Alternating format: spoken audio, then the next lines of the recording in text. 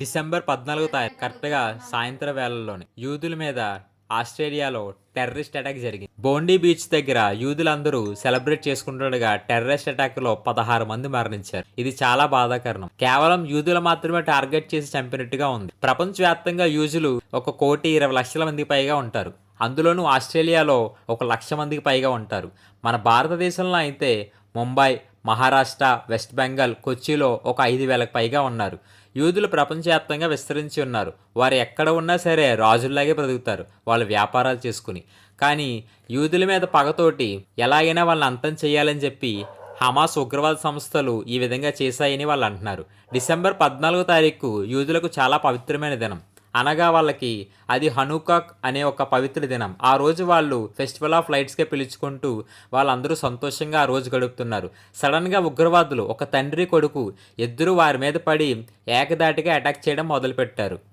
ఆ అటాక్‌లో 16 మందికి పైగా మరణించారు. ఇంకా అనేక మంది గాయాల పాలయ్యారు. అందరూ భయంతో పరుగులు తీస్తుంటే ఒకతను మాత్రం ధైర్యం చేసి ఒక టెర్రరిస్ట్‌ని అయితే పట్టుకున్నాడు. అతని చేతిలోని గన్ తీసుకున్నాడు. ఆ టెర్రరిస్ట్ అయితే గనక కాల్చలేదు. కానీ ఆ టెర్రరిస్ట్ వెంటనే పారిపోయాడు. మరొక టెర్రరిస్ట్‌తో చేరాడు. వాళ్ళెవరో కాదు, ఇద్దరు తండ్రి కొడుకులే. తండ్రి పేరు సజీద్ అక్రమ్, కొడుకు పేరు నవీద్ అక్రమ్. అతని వయస్సు 24 సంవత్సరాలే. వీళ్ళకి సహాయకంగా ఉంది హమాస్ ఉగ్రవాద సంస్థలని అంటారు. హమాస్ ఉగ్రవాద సంస్థలకి తోడై ఉన్నది ఇరాన్ మరియు టర్కీ దేశాల వారికి సహాయకంగా ఉంటాయంటారు.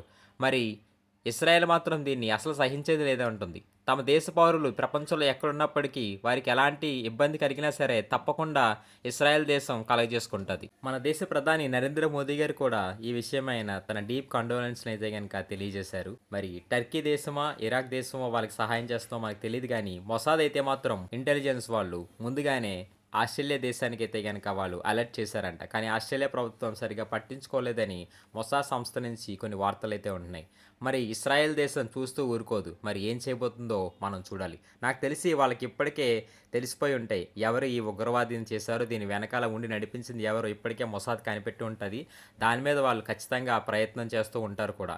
ఆస్ట్రేలియాలోని జనాలందరిలో యూదులు చాలా పాపులర్ చెందినవారు. వాళ్ళందరూ కూడా అక్కడ చాలామంది పూర్తి పౌరసత్వం పొందినవారు కూడా. ఈ అటాక్ గురించిన ఇంకా పూర్తి వివరాలు చాలా వరకు రావాల్సి ఉంది. అవి తెలిసిన వెంటనే మీకు ఈ వీడియోలో మరొక వీడియోలో నేను మీ ముందుకు వస్తాను. అంతవరకు ఉంటాను. ఈ వీడియో నచ్చితే కనుక లైక్ చేసి షేర్ చేయడం మాత్రం మర్చిపోవద్దు. Thank you guys.